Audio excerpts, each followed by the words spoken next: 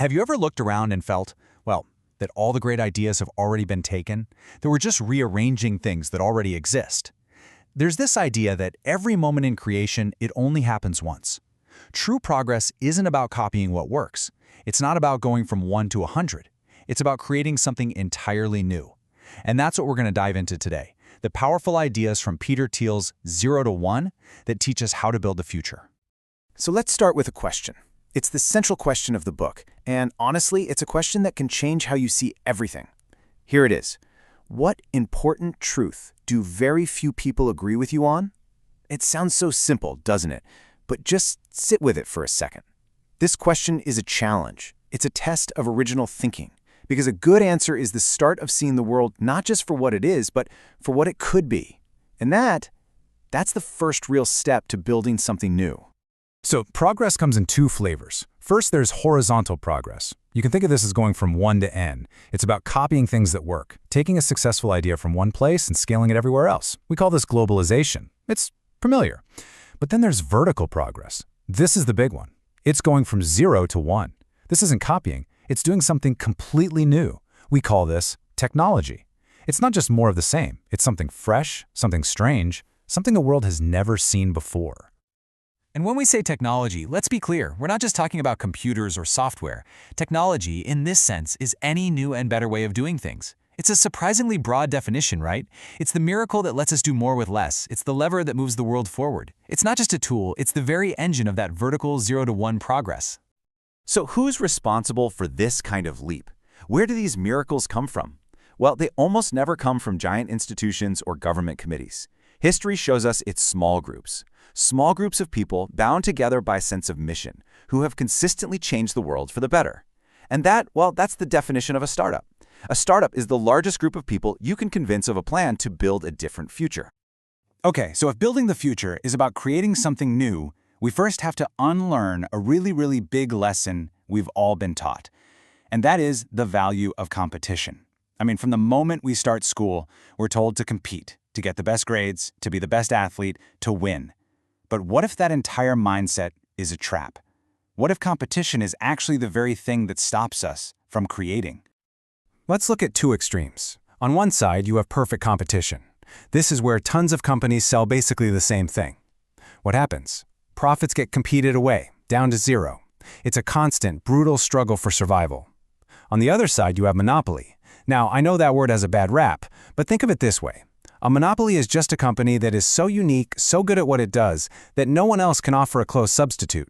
And what does that give them? Freedom. The freedom to stop worrying about survival and start thinking about the long term. And this leads to a pretty radical idea, a real aha moment. Here it is. Actually, capitalism and competition are opposites. Think about that. Capitalism is about accumulating capital, building lasting value. But what does competition do? It erodes profits, it destroys value. So if you want to capture value, not just create it, you have to aim for a monopoly. It's funny because companies actually lie about this all the time, just in opposite ways. Monopolists, well, they lie to protect themselves.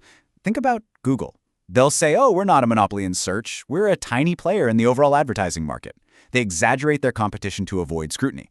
On the other hand, competitors lie to stand out. A small restaurant will define its market so narrowly, we're the only British-Nepalese fusion place in this specific neighborhood, that they seem unique. It's a game everyone plays. See, this isn't just an economic concept. Competition it's an ideology. It's so deeply baked into our society that it completely distorts our thinking. School teaches us to get better grades than others. Our careers teach us to climb the ladder faster than our peers. We become so focused on the rivals right in front of us that we lose sight of the bigger picture. We forget to ask if what we're fighting for is even worth it. The real prize isn't beating the person next to you, it's creating something of lasting value. So if competition is a dead end, where do we turn? What should we be doing instead? The answer is, we should be looking for secrets. Every great business is built around a secret, a hidden truth about how the world works that was waiting to be discovered. It's an unconventional idea that was once unknown and unsuspected. This brings us back to our contrarian question, but framed for business. What valuable company is nobody building? Every correct answer to this question is a secret.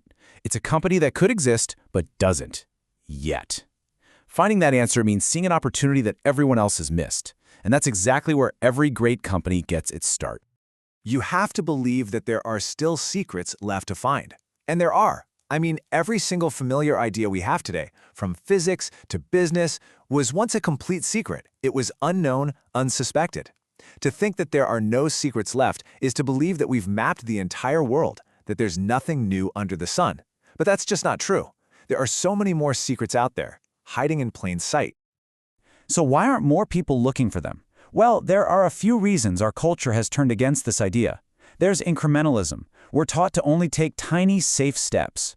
There's risk aversion. We're terrified of being wrong, especially alone. There's complacency. People who are comfortable prefer to just collect rent on what's already known. And finally, there's a sense of flatness. This belief that if a great secret existed, someone smarter would have already found it. All of these things conspire to stop us from even trying. You know, how you view the future changes what you do today. You can be an optimist or a pessimist, and you can be definite or indefinite about it. A definite optimist believes the future will be better if we plan and work to make it better. Think of the Apollo program. An indefinite optimist believes the future will get better somehow, but has no concrete plan. This is the world of finance, of diversifying your portfolio and hoping for the best. For decades, we've moved from definite to indefinite optimism, and that's a problem. Steve Jobs was the perfect example of a definite optimist. Apple's grand vision wasn't the result of 1,000 tiny iterations or focus groups. They had a plan. They had a secret. Jobs saw that you could change the entire world not by accident, but through careful, deliberate planning. He showed us that the greatest thing you can design isn't just a product. It's the business itself, built around a definite vision for the future. Okay, so we need to be definite optimists, searching for secrets. But how do we actually build something? What are the rules of the game?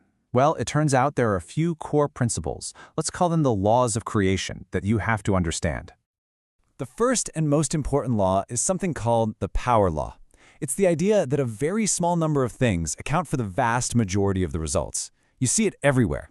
A few cities dominate the entire country's economy. A few authors sell most of the books. It means we don't live in a normal bell curve world. We live in a world of extremes, a world governed by the power law. This is especially true in venture capital. A VC firm might invest in dozens of startups. Most will fail, a few might do okay, but one, just one, will be so successful that it returns more money than the entire rest of the fund combined. Look at this chart. That one investment isn't just a little better, it's exponentially better. It's not just another bar on the graph, it is the graph. This is the power law in action. So what does this mean for you? It means that life is not a portfolio you can diversify. An entrepreneur can't hedge their bets by starting 10 companies at once. You have to make a concentrated bet.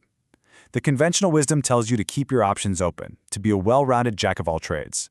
The power law says the exact opposite. Find the one thing that can change everything and focus relentlessly on that. You are not a lottery ticket. You have to commit. A startup's initial setup is like the foundation of a building. If you get it wrong, the cracks will show up later and the whole thing could collapse. So you have to get it right from day one. That means choosing your co-founders like you're choosing a spouse. You need a prehistory. It means aligning ownership, possession, and control so there are no power struggles. Everyone needs to be fully committed. And you have to align incentives with equity, not just cash, so everyone is focused on building long-term value together. Get these things wrong, and nothing else matters. And all of this creates a culture. And a company's culture isn't about free launch of ping pong tables. A startup is a team of people on a mission. So you have to hire people who aren't just talented, but who are genuinely excited to work with this specific group of people on this specific mission. You have to define roles clearly to avoid conflict. In a way, the best startups are like cults, but in a good way. They have a shared, almost fanatical belief in what they're doing, and that intense bond is what allows them to do what others think is impossible. So we've looked at escaping competition, searching for secrets, and the fundamental laws of creating something new. We've journeyed from a simple, contrarian question to the very foundations of building the future. Now we get to the heart of it all. The challenge ahead of us is immense, but it's also clear. It's to imagine and then to create the new technologies that will make this century more peaceful and more prosperous than the last. Progress isn't automatic. The future isn't some distant shore we're sailing towards. It's an ocean we have to build a boat to cross. It has to be built by us. The single most powerful thing you can do is create. Every time you create something new, you're not just adding one more choice to the world. You are proving that a different future is possible. So don't just follow the well-worn paths. Don't go from one to many. Go from 0 to 1.